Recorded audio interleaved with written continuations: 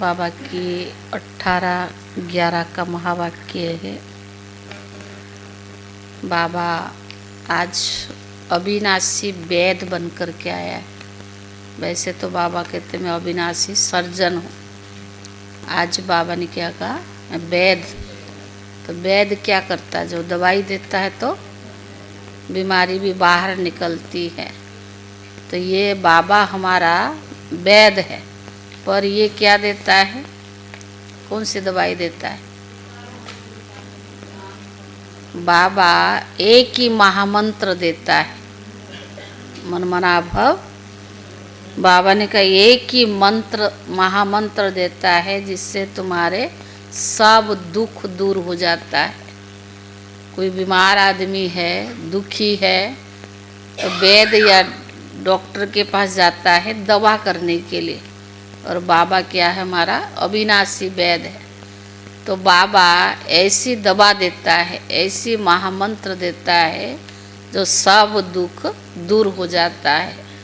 वो वैद्य तो क्या करते हैं, शारीरिक बीमारी का ट्रीटमेंट करते हैं, और बाबा आत्मा, जब आत्मा ठीक है तो शरीर भी ठीक रहता है। बाबा ने कहा माया तुम्हारे बीच में विघ्न डालती है, उसका कोई कारण बताओ, क्यों डालती?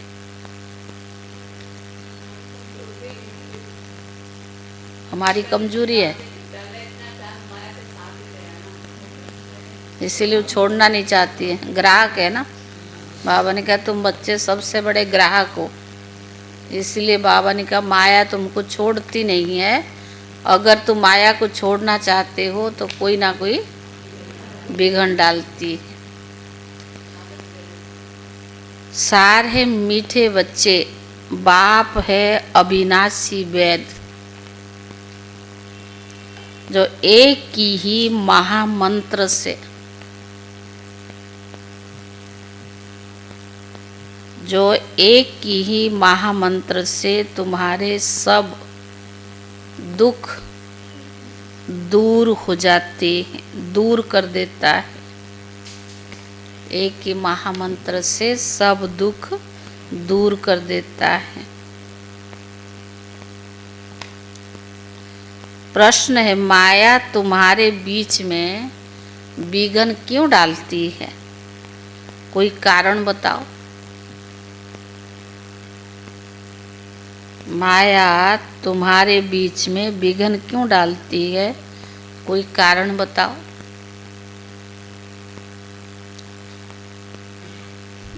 उत्तर है,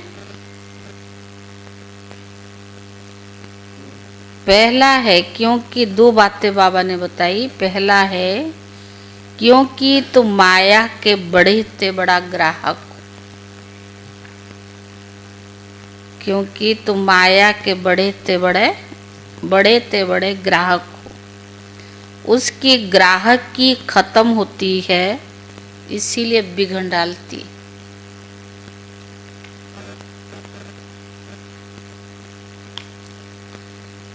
उसकी ग्राहकी खत्म होती है, इसलिए विघ्न डालती। दूसरा, जब अविनाशी वैद्य दबा देता है, जब अविनाशी वैद्य तुम्हें दबा देता है तो माया की बीमारी उथलती है।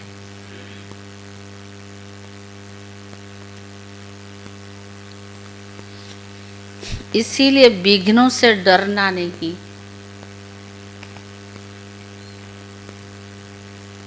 मनमना भव के मंत्र से माया भाग जाएगी। मनमना भव के मंत्र से माया भाग जाएगी।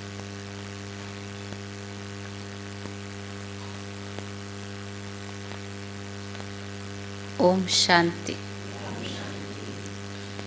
बाप बैठ बच्चों को समझाते हैं, मनुष्य मन की शांति कह हैरान होते हैं। रोज कहते हैं ओम शांति, परंतु इसका अर्थ न समझने के कारण शांति मांगते ही रहते हैं। कहते आई एम आत्मा अर्थात आई एम सोल्स। हमारा स्वधर्म है साइलेंस। फिर जबकि स्वधर्म शांति है, फिर मांगना क्यों? आत्मा का स्वधर्म शांति है, फिर मांगना क्यों? अर्थ न समझने के कारण फिर मांगते रहते हैं। तुम समझते हो ये रावण राज्य है, परंतु यह भी नहीं समझते कि रावण सारी दुनिया और आम भारत का खास दुश्मन है। इसीलिए रावण को जलाते रहते हैं। ऐसा कोई भी मनुष्य नहीं जिसको कोई वर्ष वर्ष जलाता हो। इनको भी जन्म जन्मांतर कल्प कल्पांतर जलाते आए हैं, क्योंकि ये तुम्हारा दुश्मन बहुत बड़ा है। 5 विकारों में फंस पड़ते हैं। जन्म ही भ्रष्टाचार से होता है, तो रावण का राज्य हुआ ना। इस समय अथाह दुख है। इसका निमित्त कौन है? दुख बहुत है, उसका निमित्त कौन है? रावण है। यह कोई को पता ही नहीं दुख किस कारण से होता है, क्योंकि वह राज्य ही रावण का है। सबसे बड़ा दुश्मन भी यही है। पता नहीं, बाबा ने कहा हर वर्ष उसके एफजी बनाकर जलाते रहते हैं। दिन प्रतिदिन और ही बड़ा बनाते जाते हैं। दुख भी तो बढ़ता जाता है ना। इतने बड़े बड़े साधु संत महात्माएं राजाएं आदि है, परंतु एक को भी पता नहीं कि रावण हमारा दुश्मन है, जिसको हम वर्ष वर्ष जलाते हैं और फिर खुशी भी मनाते हैं।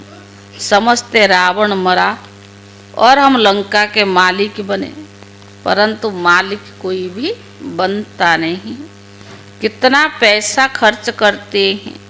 बाबा कहते तुमको इतने अनगिनत पैसे दिए, सब कहाँ गए? पूछ रहा बाबा, क्वेश्चन मार्क। तुमको अनगिनत पैसे दिए थे, सब कहाँ गए? दशहरा पर लाखों रुपया खर्च करते हैं।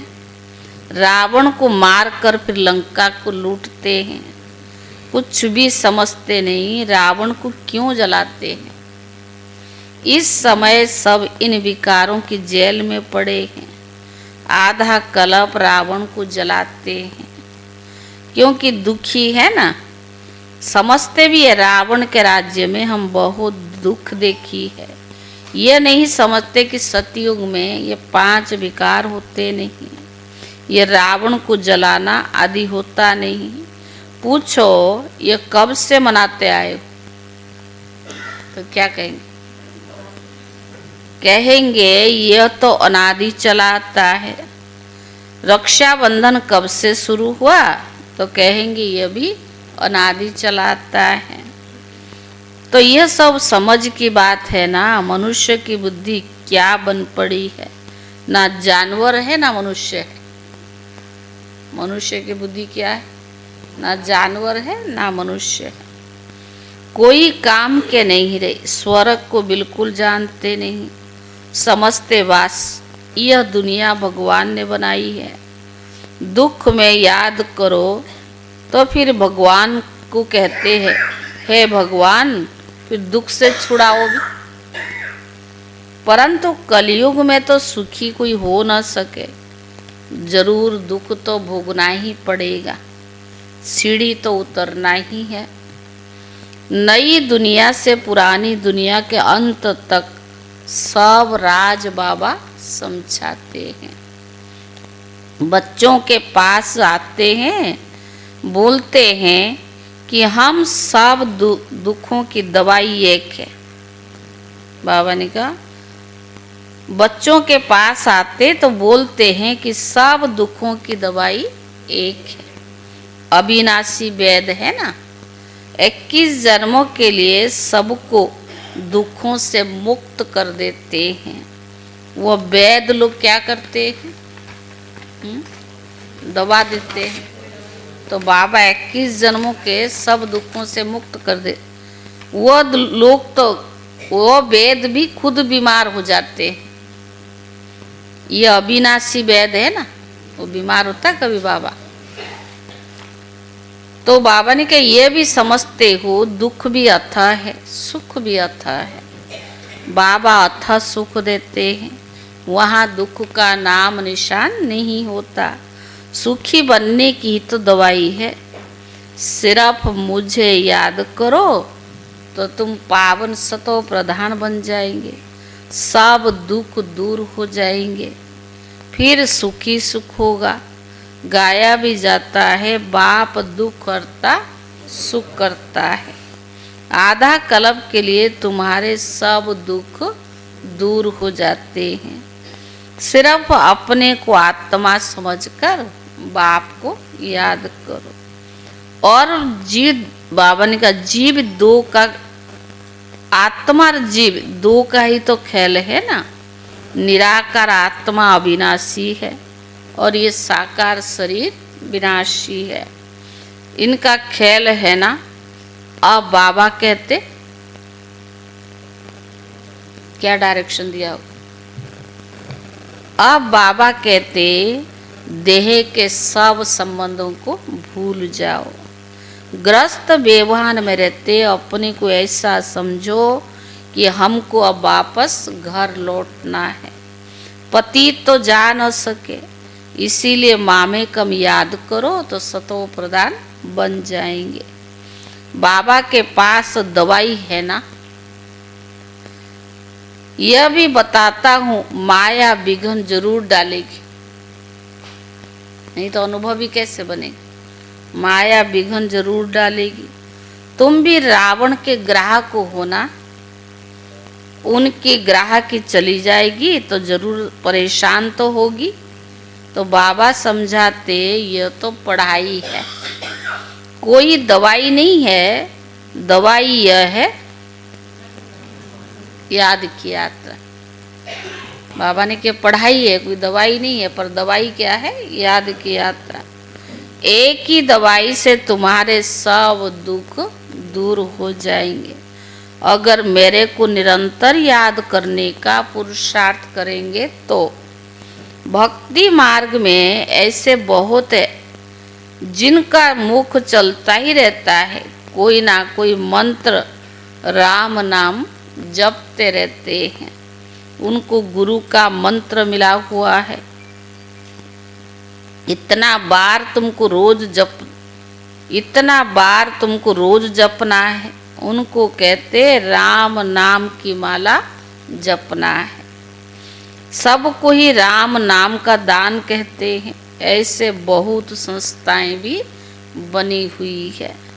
राम राम जपते रहेंगे तो झगड़ा आदि कोई करेंगे ही नहीं। बिजी रहेंगे ना, कोई कुछ कहेगा तो भी रेस्पॉन्ड भी नहीं देंगे। बहुत थोड़ा ऐसा करते, जैसे बाबा समझाता है ऐसा बहुत थोड़े करते हैं। यहाँ भी बाबा समझाते राम राम मुख से कोई कहना नहीं है। यह तो अजपा जाप है। सिर्फ अजपा जाप क्या है मनोज भाई? हाँ, वो अजपा जाप क्या है? एक बाप को याद कर रहा है। यह तो अजपा जप सिर्फ एक बाप को याद करते रहो। बाप कहते मैं कोई राम नहीं हूँ।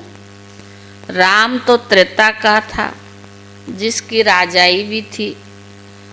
तो बाबा ने कहा उनको जपना नहीं है। अब बाप समझाते भक्ति मार्ग में यह सब सिमरण करते हैं, पूजा करते हैं। तुम सीढ़ी और ही नीचे उतरते आए हो, क्योंकि वह सब है अनराइटियस। जो भक्ति में करते थे वो सब क्या है? अनराइटियस। राइटियस क्या है? एक बाप है। वे तुम बच्चों को बैठ समझाते ये कैसे भूल भुलैयों का खेल है। जिस बाप से इतना बेहद का वर्षा मिलता उनको याद करे तो उनका चेहरा ही चमकता रहे। बाबा को अगर याद करते रहे तो खुशी से क्या होगा, चेहरा चमकता रहे। खुशी में चेहरा खिल जाता है ना, मुख पर मुस्कुराहट भी आ जाती है। तुम जानते हो बाप को याद करने से हम यह बनेंगे। आधा कल्प के लिए हमारे सब दुख दूर हो जाएंगे। ऐसे नहीं बाबा कुछ कृपा कर देंगे, नहीं, यह समझना है हम बाबा को जितना याद करेंगे उतना सतो प्रधान बनेंगे। तो बाबा ने कहा, यह लक्ष्मी नारायण विश्व के मालिक कितने हर्षित मुख है। ऐसा बनना है ना, बेहद के बाप को याद कर अंदर में बहुत खुशी होती है। फिर हम ऐसे विश्व का मालिक बनेंगे। यह आत्मा की खुशी के संस्कारी फिर साथ चलेंगे। फिर थोड़ा थोड़ा कम हो जाएगा। यह समय माया तुमको बहुत हैरान करेगी। बाबा इतना बड़ी बादशाही देता है और माया की ग्राह की छुटेगी तो हैरान तो करेगी ना। तो बाबा ने कहा, माया तुमको बहुत हैरान करेगी। माया कोशिश करेगी तुम्हारे याद को भुलाने की। सदैव ऐसे हर्षित मुख रह नहीं सकेंगे, जरूर कोई समय गुटखा भी खाएंगे। तो बाबा ने कहा, मनुष्य जब बीमार पड़ते हैं तो उनको कहते भी होंगे कि शिव बाबा को याद करो, परंतु शिव बाबा कौन है किसको भी पता नहीं। जो जिसको मानता उसको याद करने की बोलते, पर है कौन है वो नहीं जानते हैं। तो बाबा ने कहा,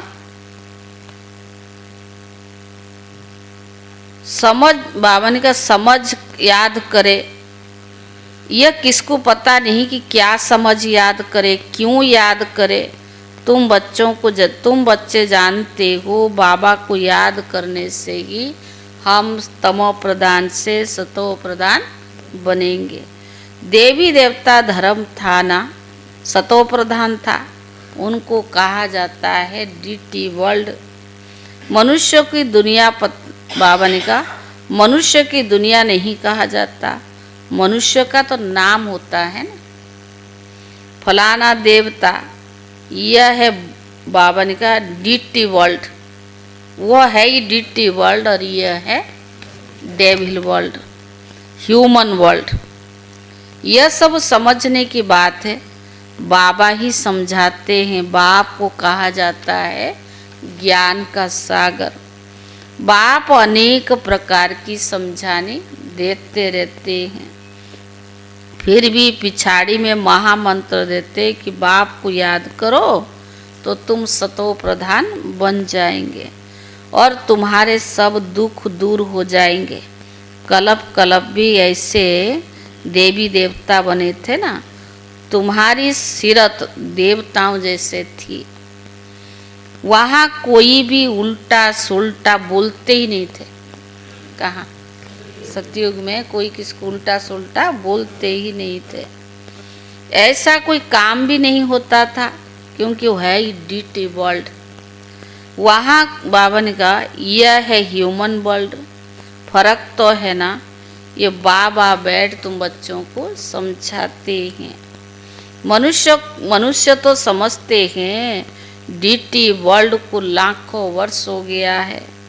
यहाँ कोई को देवता तो कह नहीं सकते। देवी देवताएं क्या थे? देवी देवताएं क्या थे गीता में?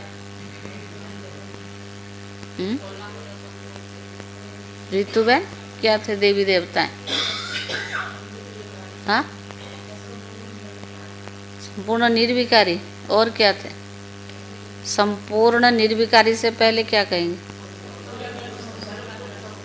हाँ, वो तो सतयुग में है ना। सतयुग में संपूर्ण थे, लेकिन भक्ति में भी उनका किस कारण से लोग मान्यता देते? हाँ, पवित्रता। पवित्रता के साथ साथ क्या चाहिए? स्वच्छता।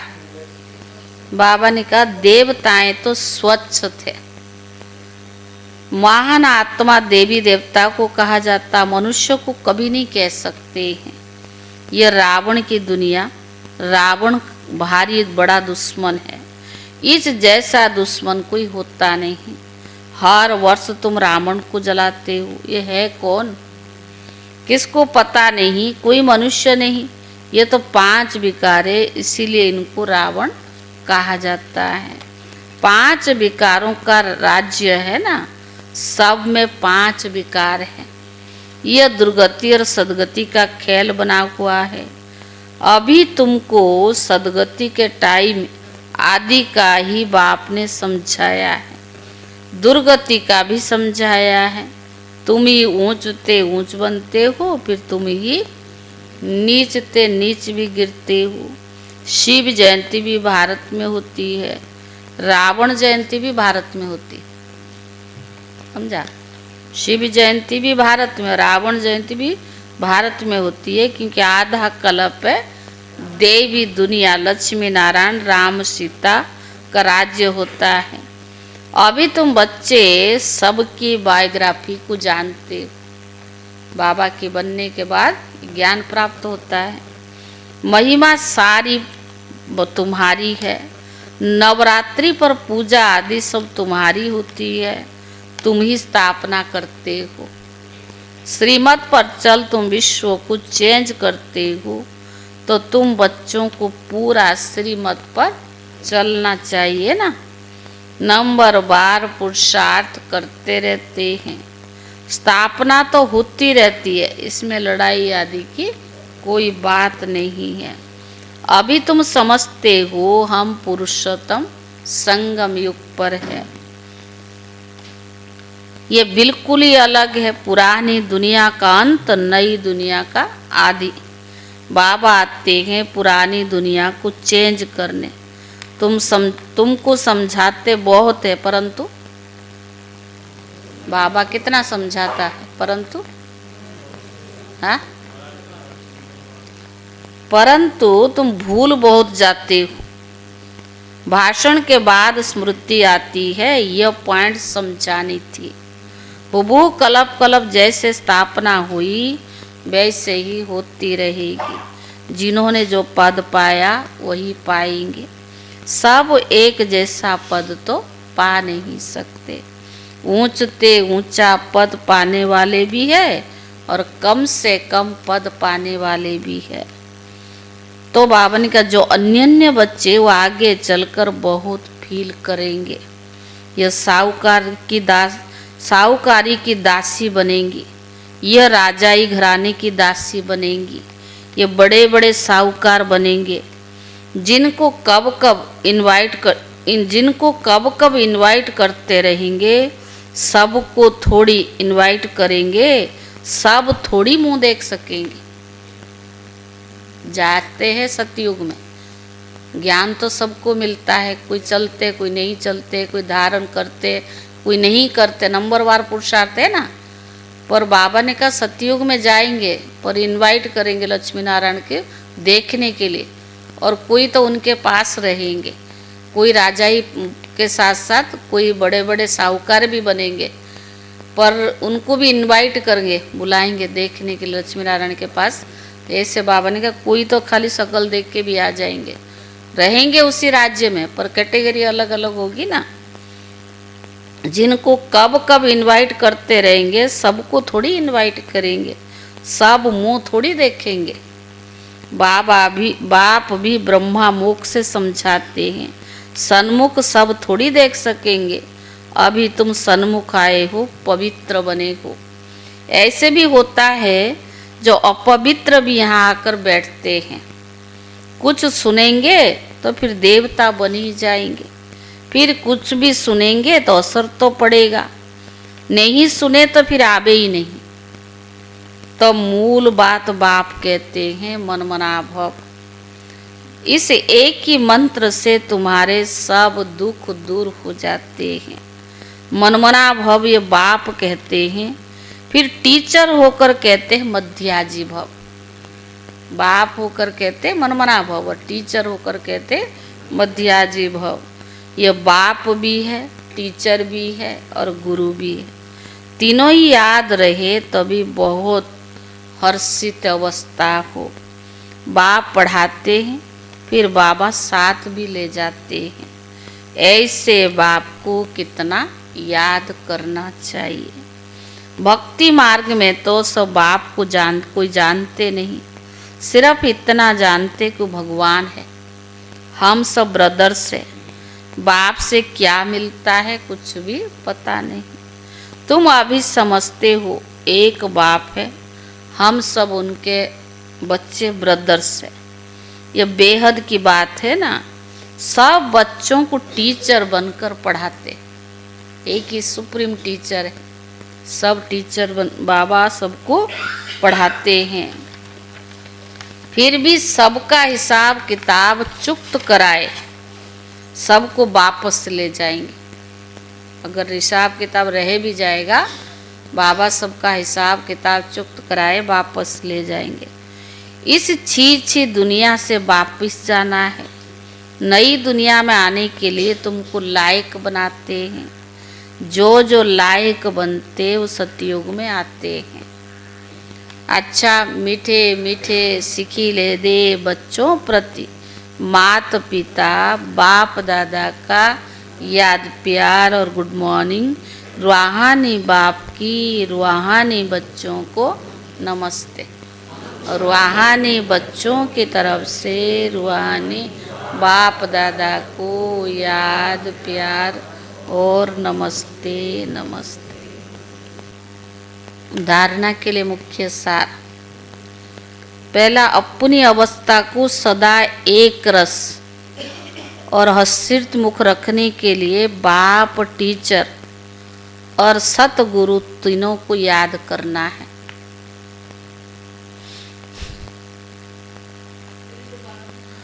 अपनी अवस्था को सदा एक रस और हर्षित मुख रखने के लिए बाप टीचर और सतगुरु तीनों को याद करना है। यहाँ से ही खुशी के संस्कार भरने हैं। यहाँ से ही खुशी के संस्कार भरने हैं। वर्षे की स्मृति से चेहरा सदा चमकता रहे। वर्षे की स्मृति से चेहरे सदा चमकता रहे। दूसरा, श्रीमत पर चलकर सारे विश्व को चेंज करने की सेवा करनी है। श्रीमत पर चलकर सारे विश्व को चेंज करने की सेवा करनी है। 5 विकारों में जो फंसे हुए हैं उन्हें निकालना है। अपने स्वधर्म की पहचान देनी है। अपनी स्वधर्म की पहचान देनी है। वरदान, सर्व के प्रति अपनी दृष्टि और भावना और प्यार की रखने वाले सर्व के प्यारे फरिश्ता भव।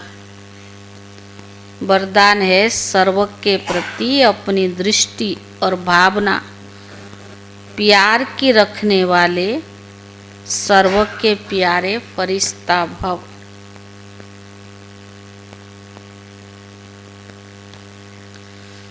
सपन में भी किसी के पास फरिश्ता आता तो कितना खुश होते। सपन में कोई फरिश्ता देख लेता है तो कितना खुश होता है। फरिश्ता अर्थात सर्व के प्यारे, हद के प्यारे नहीं, बेहद के प्यारे। जो प्यार करके उसके प्यारे नहीं, जो प्यार करे उसकी प्यारे नहीं, लेकिन सर्व के प्यारे। कोई कैसे भी आत्मा हो, लेकिन आपकी दृष्टि आपकी भावना प्यार की हो, इसको कहा जाता है सर्व के प्यारे। कोई इंसल्ट करे, कोई घृणा करे तो भी उसके प्रति प्यार व कल्याण की भावना उत्पन्न हो, क्योंकि उस समय सब परवश है।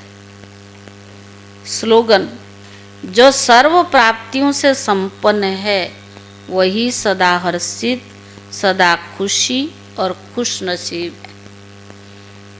स्लोगन है, जो सर्व प्राप्तियों से संपन्न है वही सदा खुशी, वही सदा हर्षित, सदा खुशी और खुश नसीब है।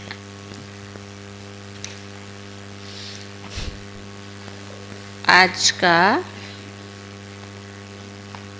अव्यक्त इशारा, आज 18 नवंबर है।